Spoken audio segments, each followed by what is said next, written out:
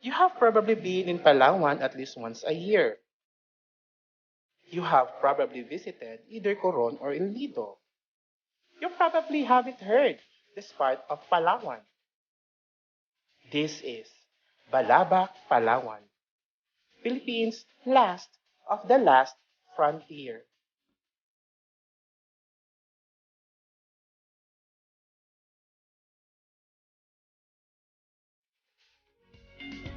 They say that Balabac have been avoided by tourists due to piracy, kidnapping, malaria cases, and saltwater crocodile. Fret not, because it's already declared several years that Balabac is safe from piracy and kidnapping. Malaria and saltwater crocodiles are only found in the mainland of Balabac and not in the islands.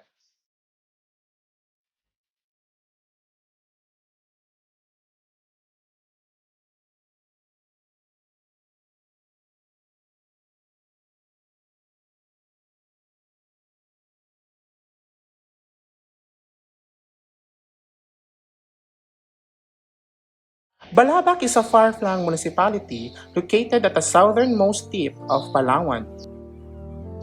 It is far in Palawan that it is already near in Sabah, Malaysia.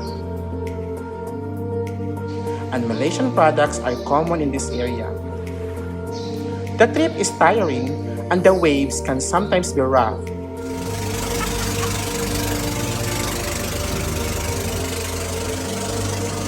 And the weather is unpredictable. Sunny and calm waters in the morning, heavy rains and thunderstorm in the afternoon.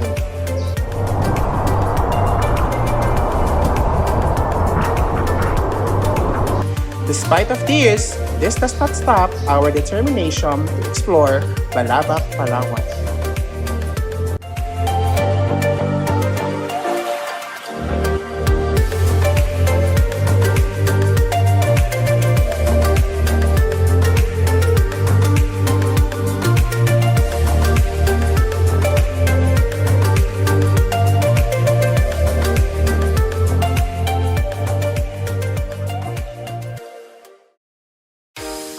Prior to the trip, we arranged a tour from Camp Malaya of Sir Motet Sanson. They have the cheapest tour offers in Balabac. Currently, DIY in Balabac is discouraged because you need to coordinate with tour operators for your S-Pass to be approved. The trip to Balabac starts by flying to Puerto Princesa, and you need to book an overnight stay in the city. Hi, meet Ma'am Grizel. Hello po. She will be my travel buddy for this trip. As early as 3 a.m., you will hop on in a 6-hour road trip bound to Buriluyan Port.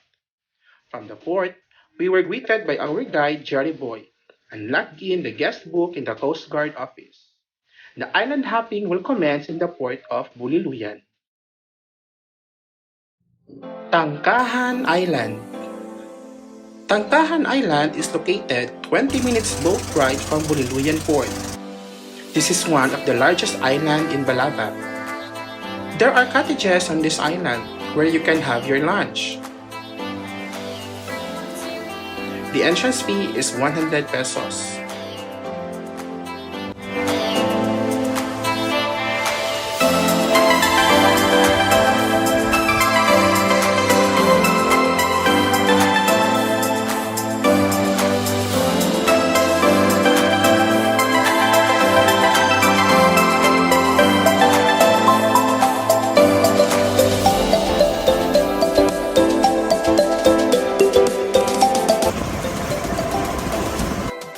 Off to our second island and one of my favorite island in Balabac, Patawan Island.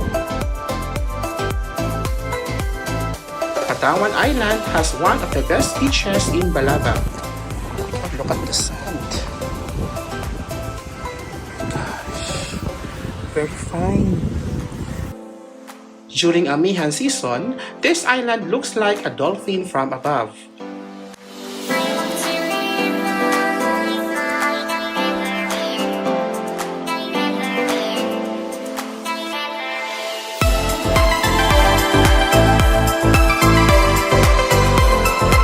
first day ended up in Siksikan Island, where we camped at our home for 3 nights.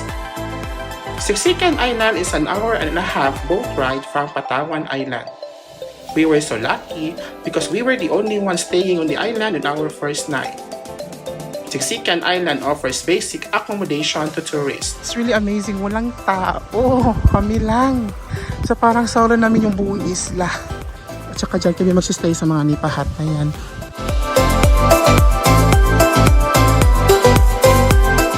This is our... you only have common CR.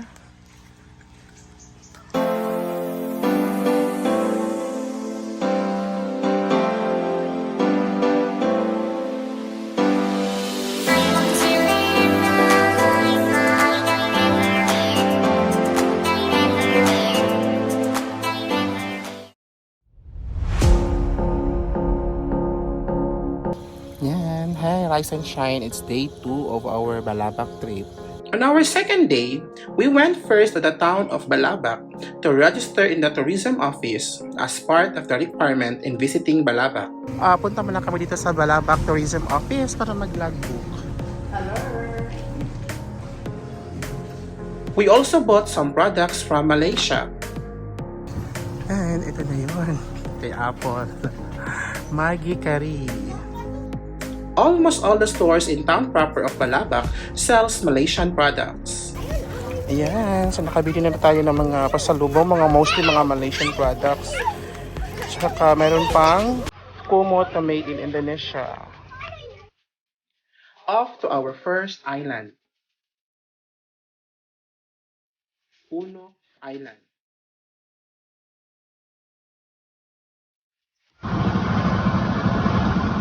Located an hour from the town proper of Balabac is Unok Island.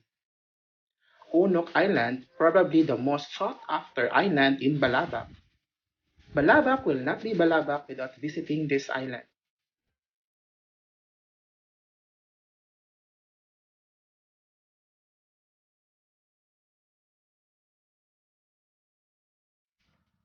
Upon reaching the island, you will be greeted with a massive blue-green water that looks like a big pool. The entrance fee on getting to this island is 1,500 pesos per head.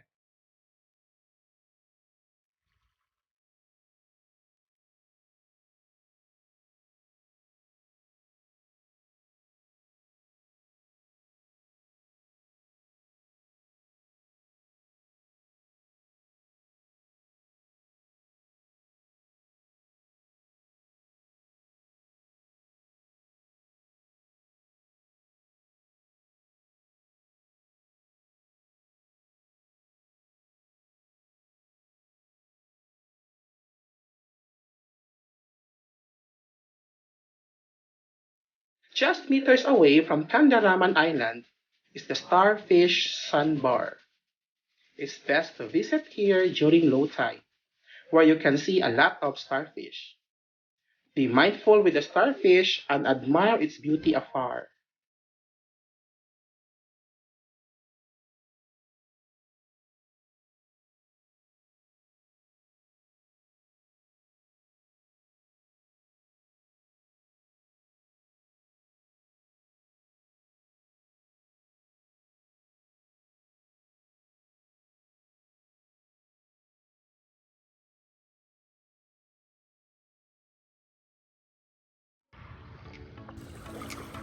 Already in our third day of our Balabac trip. On our third day of our island hopping, we visited 3 islands and 1 sandbar. First stop, Kanibungan Island.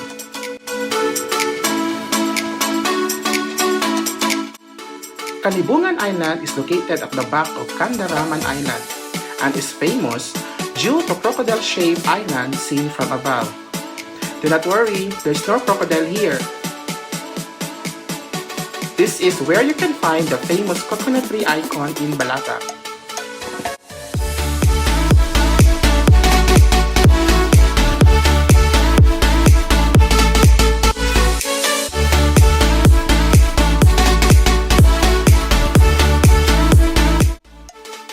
Our second island visited is one of the best island here in Balabac. Punta Sebaring. Punta Sebaring is the farthest island you will visit in Balabac. It has the finest sand here in Balabac, more fine than the sand in Boracay. The trip usually takes up to 2 hours from Siksikan Island.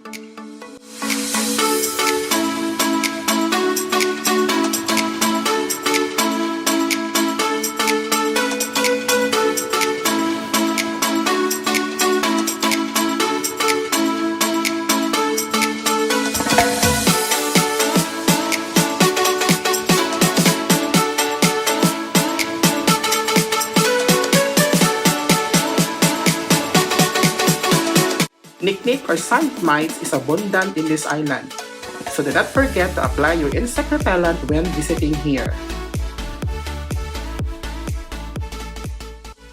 And we're here at Bragi Island.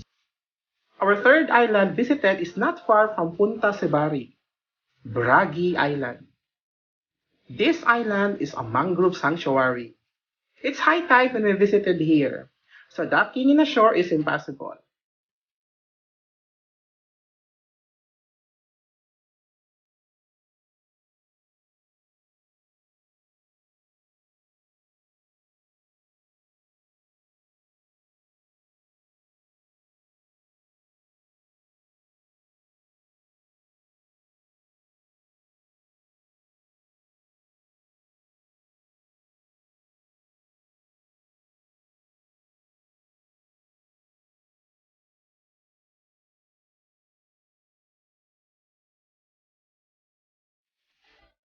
Our last island visited on our third day is the Mansalangan Sandbar. Mansalangan Sandbar is the longest sandbar you can find in Balabac. So nasa Mansalangan Sandbar na tayo. And one of the longest in the Philippines.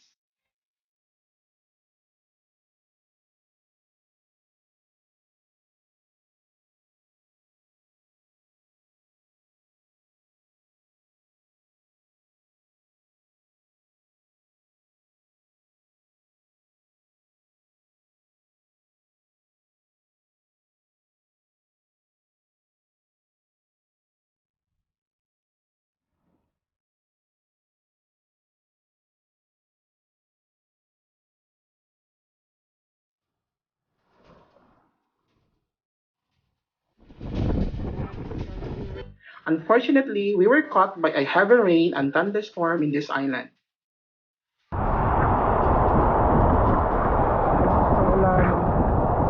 We are stranded here at Mansalangan Sandbar. Very nice. However, it did not stop us from admiring the sandbar of its white powdery sand.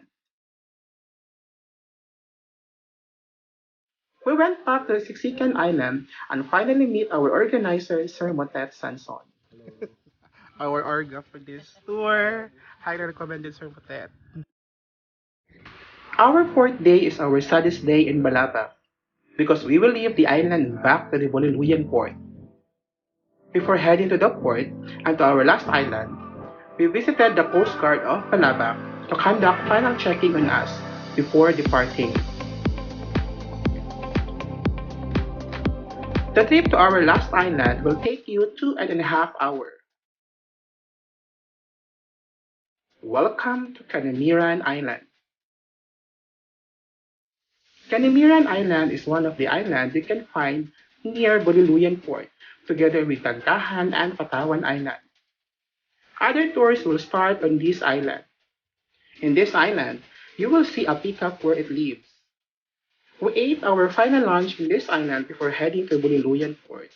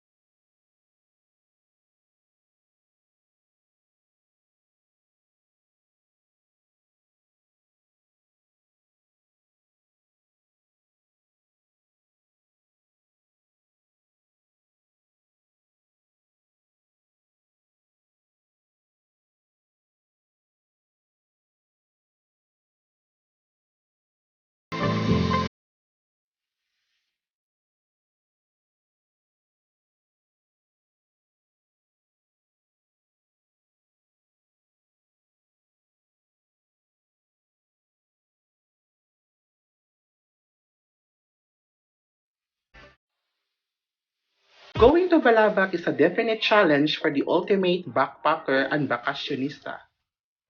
Balabac may not be worth the time and effort for flashpackers, considering the 10 plus long hours of travel time. Still, if you're a fan of beautiful beaches, pristine island views, uncrowded places, and a place to rest and relax, then Balabac is a worthy place for you to try. Hesitate not! Now is the time to visit Balabac before it will become mainstream in the world of travel tourism.